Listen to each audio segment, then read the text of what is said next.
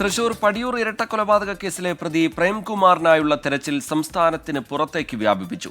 മൃതദേഹത്തിന് സമീപത്ത് നിന്ന് ലഭിച്ച കത്തിലെ കയ്യക്ഷരമാണ് പ്രതി പ്രേംകുമാറാണെന്ന നിഗമനത്തിലേക്കെത്താൻ പോലീസിനെ സഹായിച്ചത്.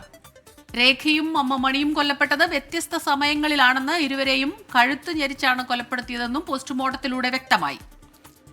സൂരജ് സജി വിവരങ്ങളുമായി തൃശൂരിൽ നിന്ന് ചേരുകയാണ്. സൂരജ്, ഇയാൾക്കായുള്ള അന്വേഷണം ഏത് ഘട്ടത്തിലാണ്? പോലീസ് എന്താണ് അതുമായി ബന്ധപ്പെട്ട് കൂടുതലായി അറിയിക്കുന്നത്? ഈ കൊടും ക്രൂരത നടന്നതിൻ്റെ, ഈ ക്രൂരകൃത്യം നടന്നതിൽ കൂടുതലായി ഈ ഘട്ടത്തിൽ മനസ്സിലാക്കാൻ കഴിയുന്ന കാര്യങ്ങൾ എങ്ങനെയാണ് സൂരജ്?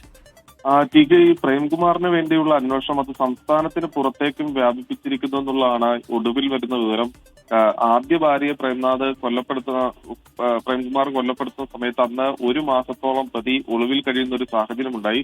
ഒരു മാസത്തിന് ശേഷമാണ് അന്ന് പ്രതിയെ പോലീസിന് പിടികൂടാൻ സാധിച്ചത്. അതുകൊണ്ട് തന്നെ പ്രേംകുമാർ സംസ്ഥാനം വിടുന്നതിനുള്ള സാധ്യത പോലീസ് തള്ളിക്കളയുന്നില്ല. ഇന്നലെ കോട്ടയവും ചിങ്ങവനവും എല്ലാം കേന്ദ്രീകരിച്ചുകൊണ്ട് വിപുലമായ അന്വേഷണമാണ് നടത്തിയത്. ബന്ധുക്കളുടെയും സുഹൃത്തുക്കളെയും അടക്കം വിവരശേഖരണം നടത്തിയിരുന്നു. പക്ഷേ അതിൽ നിന്ന് നിർണായകമായ ഒരു ലീഡ് ഇതുവരെയും പോലീസിന് കണ്ടെടുക്കാൻ സാധിച്ചിട്ടില്ല. അതേസമയത്ത് പ്രതിയെ പിടികൂടാൻ സാധിച്ചത് ഈ രേഖയുടെ വസ്ത്രത്തോട് ചേർന്ന് രേഖയുടെ കിടപ്പുമുറിയിൽ കിടന്ന ചിത്രങ്ങളും ഒരു കത്തുമാണ്. അതിൽ ഈ പ്രതിയുടെ കൈയക്ഷരത്തിൽ എഴുതിയ കത്തായിരുന്നു. അത് തിരിച്ചറിഞ്ഞാണ് പ്രതിയെക്കുറിച്ച് കൃത്യമായ നിഗമനത്തിലേക്കും പോലീസ് എത്തിയത്.